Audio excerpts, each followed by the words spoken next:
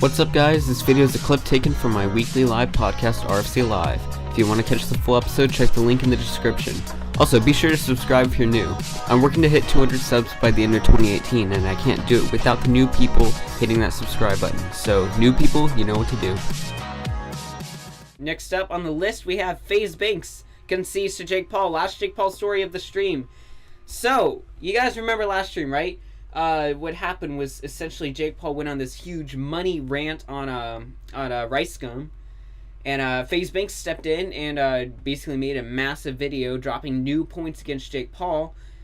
And I praised him for that. I said, like, Faze Banks is the person we need to combat this superpower that is Jake Paul, because Faze Banks is a big respected YouTuber. We need someone who's big and up there in the ranks to combat this guy so that he's not allowed to get away with all this.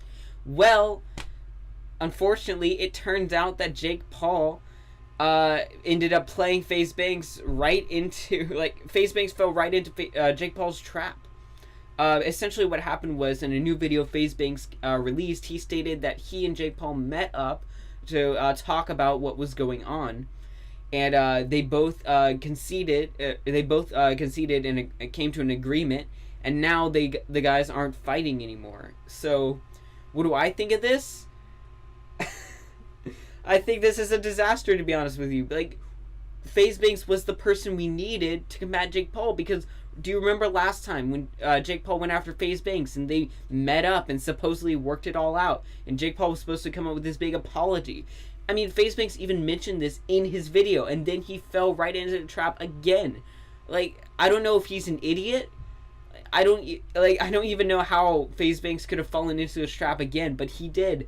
And so now we don't have a hero to stand up against Jake Paul anymore, which sucks, because Jake Paul is a massive superpower in YouTube, and he's using this power to damage other channels. And the fact that we don't have Faze Banks anymore to stand by, we can't count on Faze Banks to simply we can't count on Faze Banks to combat Jake Paul and be the savior of YouTube, because I mean, Faze Banks had the position to do it, but he dropped it.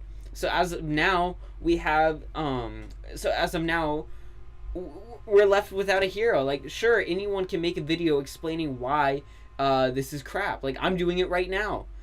But I don't have the power to stand up against Jake Paul, obviously.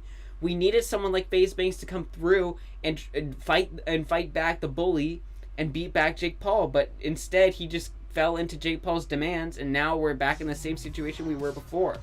To be quite honest with you, I really hope we get into a day where Jake Paul isn't a superpower anymore on YouTube. But we won't get to that day because of people like Faze Banks, who pretend to stand up for him, or pretend to stand up against him, but then just drop it.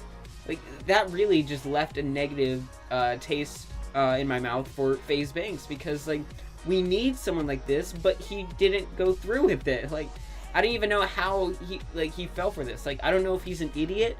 I don't know if he's just careless or something. Whatever the case may be, he was the hero we needed, but he didn't come through with it.